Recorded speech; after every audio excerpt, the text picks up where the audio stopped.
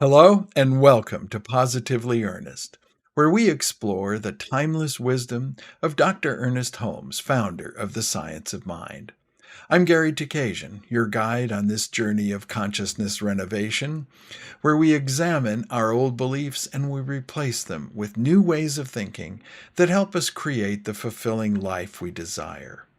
Our topic this time is subjective creativity. And we begin with two quotes from Dr. Holmes, where he writes about the working relationship between our conscious mind and our subconscious mind. He writes, "The subconscious or subjective state of mind is that part of mind which is set in motion as a creative thing by the conscious state of mind." He also writes, "There is a constant action on the subjective side of life, and it is the unconscious process which decides what is going to happen in the outer experience. Whatever goes on in the subjective state of our thought tends to return again as some condition." All right, let's dive into this.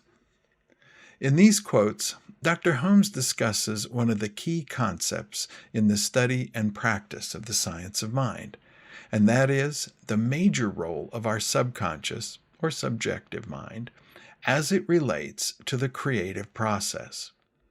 And it's important to remember that our subjective mind operates constantly in the background, carrying out many of our vital life functions without our being aware of its activity.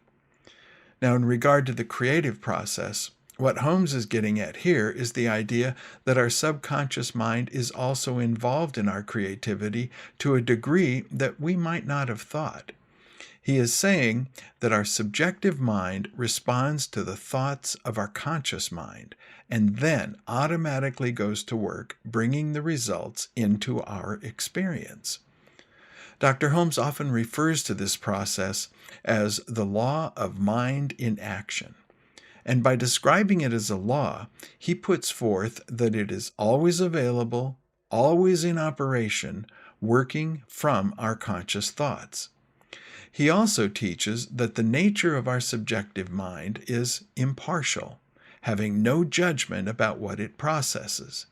It dutifully takes whatever the conscious mind gives it, and it goes to work. So, how do we apply this in our daily lives? Well, in Science of Mind, we talk a lot about the ability to change our thinking in pursuit of improving our quality of life. How we go about making these changes can depend on two aspects of our thinking. First, our firm belief in the creative process.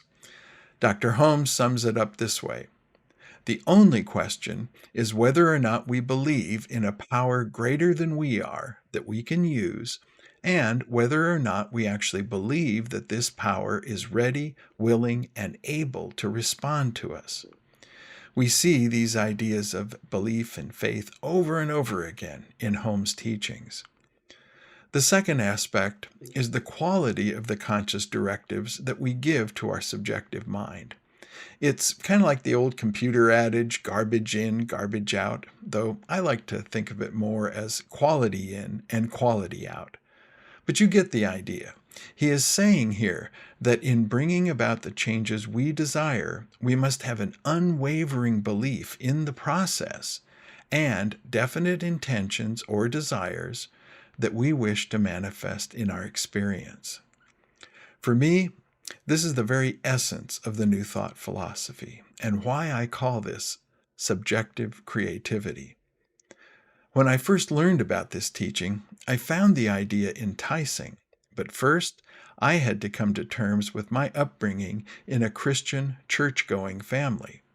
Now, that's a story for another time, but for now, suffice it to say that I had to let go of many old religious ideas and update my worldview to include that God or Spirit is not somewhere up there outside of me, but is within me, and that I am to Spirit as a drop of water is to the ocean, made of the same stuff with the same creative abilities on my own level as Spirit has on the universal level.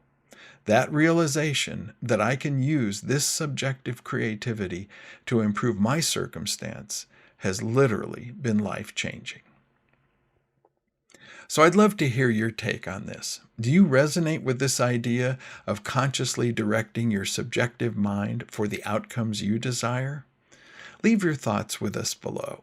Your insights may be helpful to others on their path of spiritual discovery. As we draw this episode to a close, let's remember that each of us holds the key to shaping our own life experience.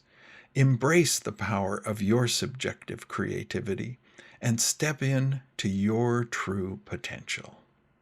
Thanks for joining us for this episode of Positively Ernest from Vida Spiritual Learning Center. If you found this meaningful, we'd love to hear from you.